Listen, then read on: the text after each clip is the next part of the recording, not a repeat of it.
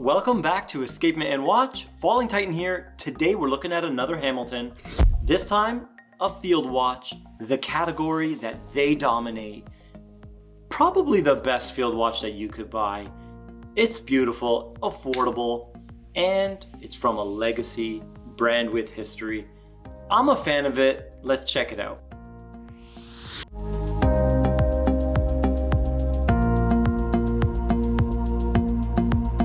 Let's begin by thanking Kavar Jeweler for lending this into the channel. And if you want to buy this exact watch, email me in the description and I'll give you a discount code and this watch can be yours. Introducing the Hamilton Khaki Field Automatic. This is a stunning field watch.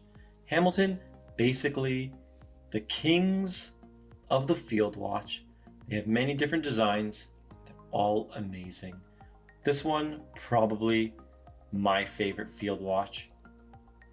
It is a stunner, definitely a big looker. The case shape, it is a little simple. The bezel is actually not a separate piece. It's just milled out from the case to look like it's on top, but it's still the case. So it's a two-piece construction, and we have the case back and the case and bezel as one unit. So very simple. We have those long reaching lugs. That classic field watch look. Definitely a fan of the style in this watch. It's gonna wear larger because of those lugs. Now the movement has been slowed down to 21.6 VPH. So we have now an increased power reserve of 80 hours. We still have 25 joules, hack and wind automatic.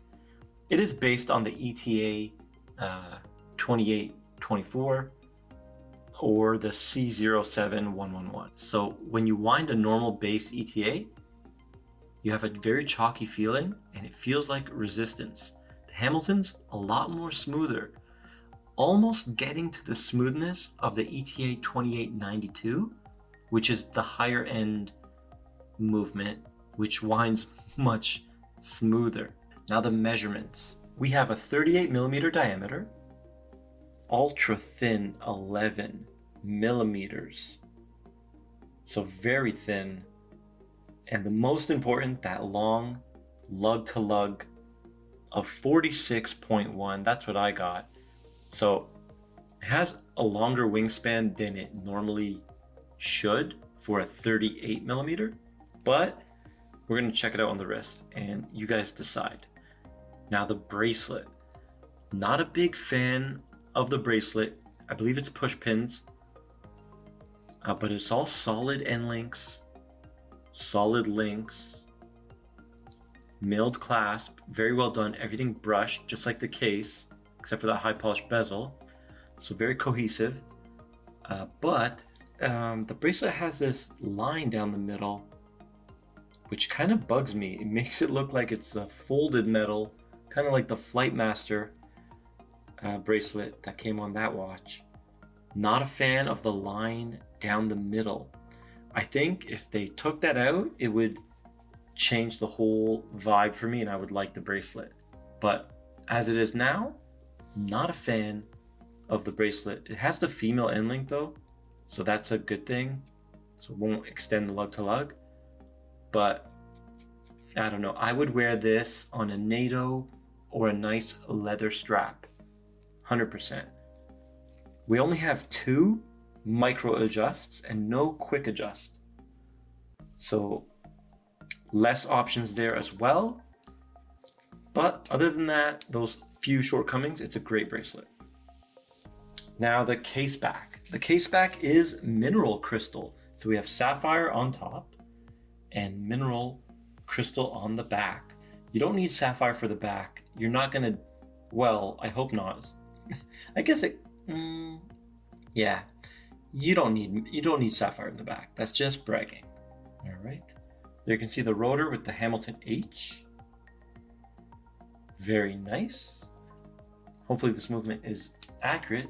Hamilton usually regulates them, so I don't think we're gonna see any surprises when we do the Timegrapher. Now that bezel is high polished, basically the only part of the watch that's high polished. So it's definitely gonna scratch. If you had an Alpinist, I used to have an Alpinist, they kind of have the same bezel, high polish. They get scratched up pretty easily. And the sapphire is slightly domed with, it looks like a blue AR coating. Slightly blue. And it is a double dome. I'm not seeing any distortion there. So you're gonna get legibility and clarity throughout.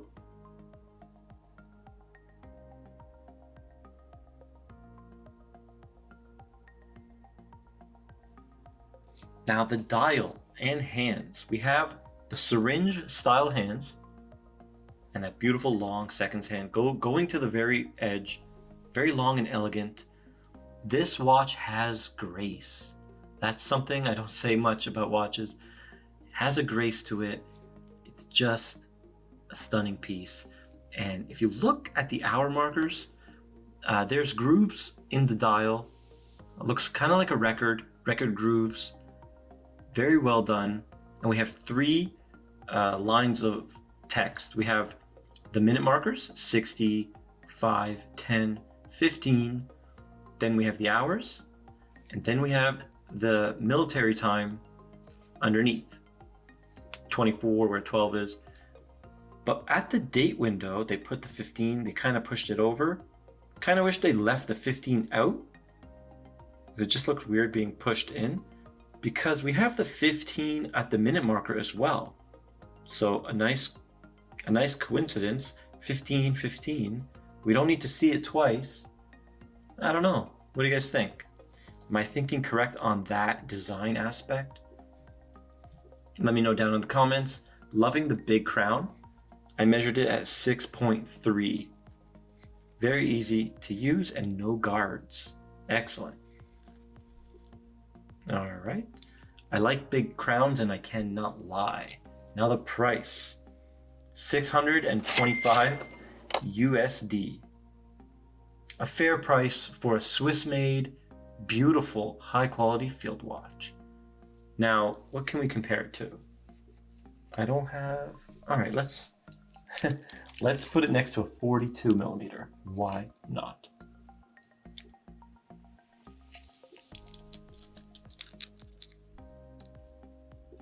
Now, these two watches basically have a very similar lug to lug.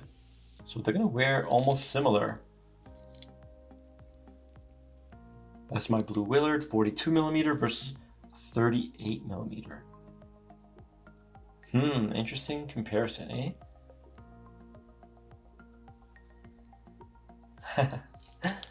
All right, let's do a wrist shot without the Willard in the way. Ultra thin, man. This thing is so thin. If you like watches that disappear on the wrist, look at that. This is definitely for you. And it has a clean, like I said, graceful look. You can wear this every day, and this is an everyday watch, 100%. And you get the date, so that's a bonus. I don't know, would you guys prefer a no date on this? I don't think so. I think this needs the date. But I wouldn't mind that cleaner look. Let's check the weight. No links removed. Oh, let me get the tag off. Oh, it's okay there. 130 even. Very lightweight, gonna be comfortable for all day wear. Let's check the Timegrapher.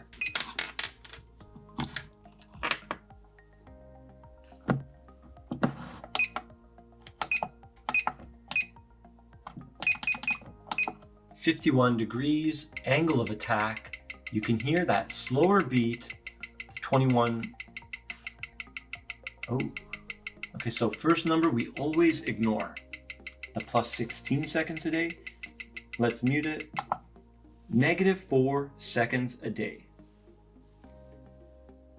0.6 beat error. And now we're doing 0 seconds a day. So a little bit of beat error, the amplitude has increased, but it's doing very well. 0 and now 1 second a day. Let's go 4 more rounds, okay? Beat error decreased 0.5, but the rate has increased now to +3. Amplitude staying steady, 270, and now it jumped to 278. Will we stay at 3? Yep, we're staying at 3. So this movement is accurate, just a little bit of beat error. And 3 again. So we can call this movement +3. Okay, here's the Lume. Pretty good. A little bit weak compared to, let's say, a Seiko would be, but you know, this is not a dive watch and it's decent. All right. I don't know how long it's going to last. I'm not going to do a long term, but it looks pretty good. So that's that's the technical term and score. Lume, pretty good. Not amazing, but pretty good. All right. Here it is under some half lighting. Wow. It's a stunner.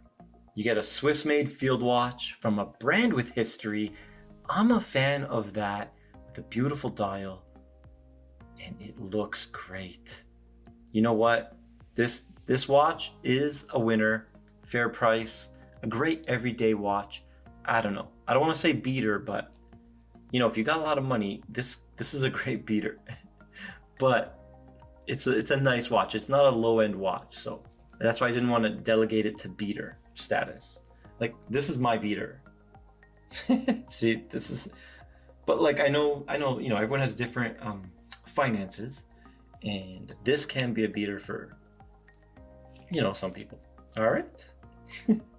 So great watch. I'm a fan of it, and I think you guys will like it too.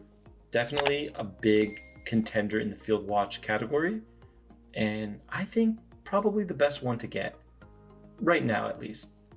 All right. So if you like this video, please like, share, and subscribe, and I'll see you in the next one.